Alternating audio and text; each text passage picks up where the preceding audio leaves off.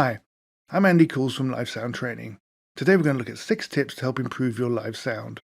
These tips are aimed primarily at live sound engineers who are starting out working in small venues, but can equally be applied to any level of the industry to help any live show run more smoothly and make it a rewarding experience for the performers and the audience alike.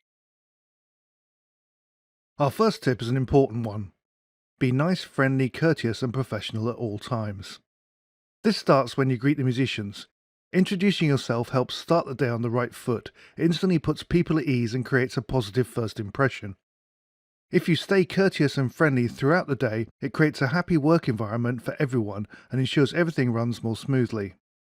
It's no coincidence that musicians who have faith in the professionalism of the sound engineer perform better because they're able to relax knowing they're in safe hands. And if you hope to be able to go on tour at some point in the future, you'll find out that you'll get more work if people like being around you. Live music can be chaotic. When you're working in small venues, you often have multiple acts playing on the same night, and the sound engineer is invariably expected to double up as stage manager, which brings us to tip 2, stick to the schedule. Managing multiple musicians can be a challenging task, often compared to herding cats, but it's important to keep things on schedule during the sound check and the show, because once things start running late, it can be almost impossible to claw back the lost time. No performer ever wants to cut short their set because the night is running over, and no engineer ever wants to be the person who tells them to do so. Our third tip stresses the importance of carefully setting and rechecking your gain levels. Now, most input signals, particularly those from microphones, require a degree of preamp gain when they reach the mixing desk to make the signal usable, so it's important that gains are set carefully during the sound check. When doing so, always be aware that musicians tend to play more softly during the sound check than when the adrenaline is flowing at stage time, so try to encourage them to play at stage levels, or allow plenty of headroom for any increase in volume. You should then always recheck all the gain levels during the first song and throughout the set because they can easily fluctuate. This is particularly important on channels which utilize dynamic processing such as gates or compressors, as any variation in level will affect how the processing works. One thing I've noticed when teaching live sound is that students tend to dive into the EQ with 2 hands, as if the aim is to adjust every single control available. And while this is a good way to learn, I find it pays to use EQ only when necessary. I will always advise students to pause, take a step back and have a good listen, analyze the sound and decide what's needed, if anything, before you even touch the controls. Adjusting EQ might not even be the best solution to getting the sound you want.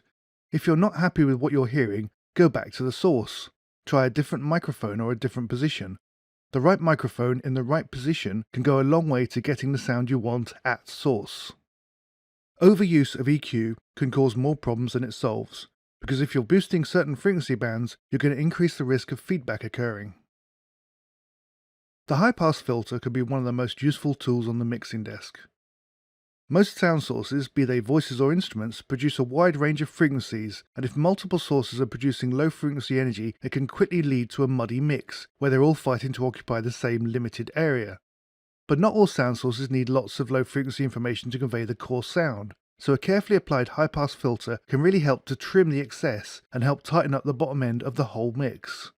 As an added bonus, a high-pass filter can also help reduce unwanted microphone leakage from nearby bass sources. So our final tip involves how you handle the mix during the show. Good live sound is much like a good movie soundtrack. If it's done well, nobody really notices it.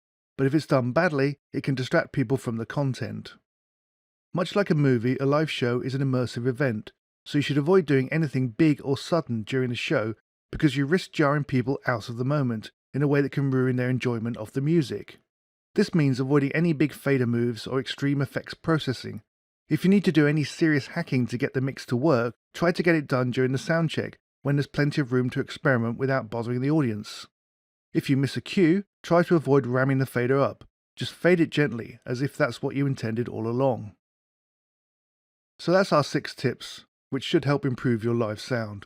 If you visit our website, you can download a PDF which includes 6 additional tips. There's a link on screen and in the information below. If you enjoyed this video, then please subscribe and check out our other videos. Thank you and goodbye.